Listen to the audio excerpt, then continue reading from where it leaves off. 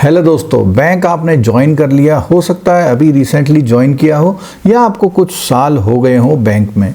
और अगर आपने JIB CIB नहीं किया है तो ये वीडियो आपके लिए है।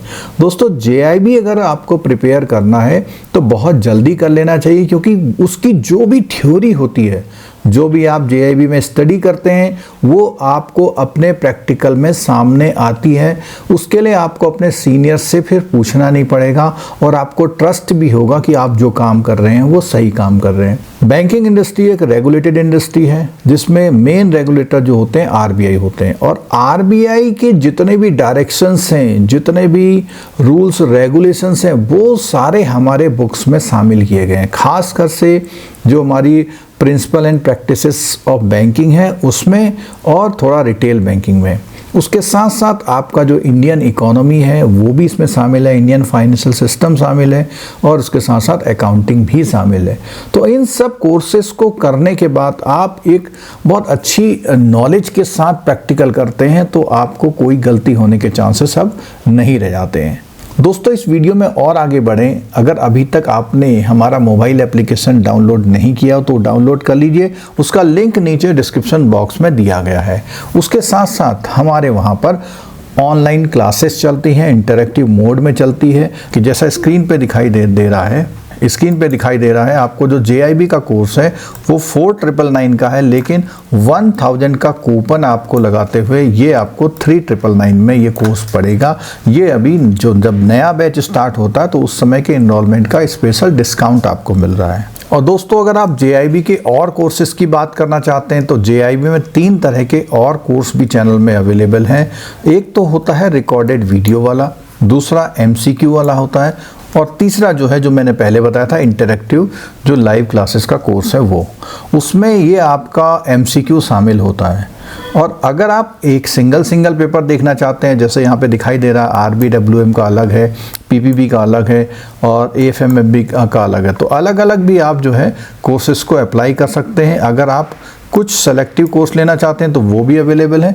अगर आप सारे कोर्स लेना चाहते हैं तो वो एक कॉम्बो ऑफर में भी आपको मिल सकते हैं। तो इस तरह से आपको हर तरह के ऑप्शंस, आपको ये इंटरेक्टिव मोड में भी पूरा कोर्स मिलेगा जिसमें MCQ इंक्लूड होंगे, और उसके साथ साथ आप केवल MCQ या रिकॉर्डेड वीडियो जो हैं अलग अलग सब्जेक्ट के वो भी ले सकते हैं। तो दोस्तों, बात कर रहा था इसकी स्ट्रेटेजी और कब इसकी तैयारी करें। अगर हम उसके बारे में बात करें तो दोस्तों, सबसे पहली बात है कि ये बिल्कुल सही समय है, क्योंकि अभी एग्ज़ाम ओवर हुआ है, लोगों के फीडबैक आपको मिल जाते हैं और आप बढ़िया प्रिपरेशन कर सकते हैं। जो हमारा ऑनलाइन इंटरेक्टिव मोड में है वो टीम पूरा कोर्स कराती है, और JIB में आपको MCQ मिल जाते हैं। तो जो अभी ये जो 3999 दिखाई दे रहा है वो 1000 डिस्काउंट के बाद दिखाई दे रहा है, वो आप ऑफ़र अवेल कर सकते हैं। दोस्तों, अब बात करते हैं कौन कौन से पेपर्स होते हैं इसमें। दोस्तों, इसमें जो सबसे पहला होता है पेपर, इंडियन इकोनॉमी और इंडियन फाइनेंशियल सिस्टम का। इसमें जो इंडियन इकोनॉमी है, पूरी आपकी जो इंडियन इकोनॉमी का पार्ट लेते हैं, क्योंकि बैंकर को इकोनॉमी की कॉन्सेप्ट बिल्कुल क्लियर होने चाहिए। उसके साथ साथ में है इंडियन फाइनेंशियल सिस्टम। इसमें जो आपका capital market, money market, forex market, insurance market, debt market, जितने भी फाइनेंशियल मार्केट है उन सब की स्टडी यहाँ पर होती है, और ये जो है इंडियन फाइनेंशियल सिस्टम में कवर किया जाता है। सेकेंड पेपर की बात करें तो दोस्तों होता है principle and practices of banking. बहुत ही इम्पॉर्टेंट जो है ये बुक होती है, और अगर किसी भी बैंकर को इसके बारे में एक बहुत अच्छी जानकारी है, अच्छी तरह से उसने स्टडी किया हुआ है, तो उसे प्रैक्टिकल एस्पेक्ट में कभी भी कोई प्रॉब्लम नहीं आ सकती।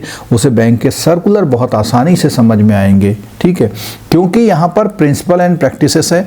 तो कई बार बैंक में क्या होता है, प्रिंसिपल्स अलग है, प्रैक्टिस में थोड़ा बहुत डेविएशन देखने को मिल जाता है। तो जैसी प्रैक्टिस पहले चली आ रही है वही प्रैक्टिस हम आगे फॉलो करते हैं।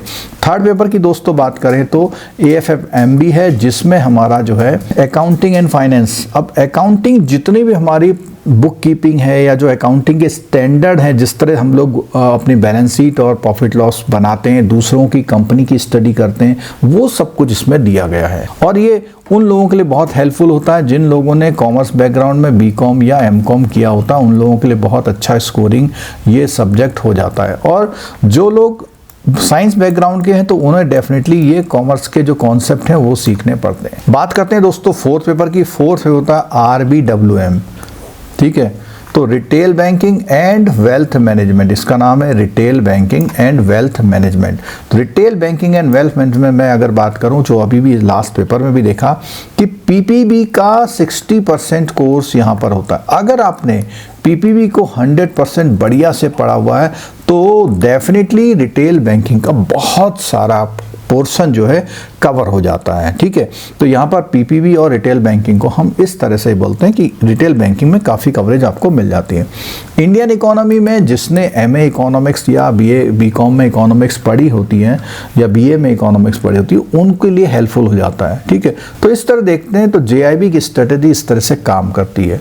और इसके कोई भी अगर आपको क्वेरी है तो आप जो है हमारे को क्वेरी भेज सकते हैं। उसके साथ साथ कोई भी जो जितना भी डिस्क्रिप्शन में जितने भी लिंक दिए हुए हैं उनमें भी काफ़ी इन्फॉर्मेशन आपको मिल सकती है। और हमारा चैनल जरूर सब्सक्राइब कर लीजिए, क्योंकि इस तरह के फ्री नोटिफिकेशंस आपको टाइम से मिलते रहेंगे। जैसे ही इसका रजिस्ट्रेशन का डेट आएगा तो वो भी इन्फॉर्मेशन आपको समय से मिल जाएगी। दोस्तों, वीडियो देखने के लिए बहुत बहुत धन्यवाद। Thank you so much.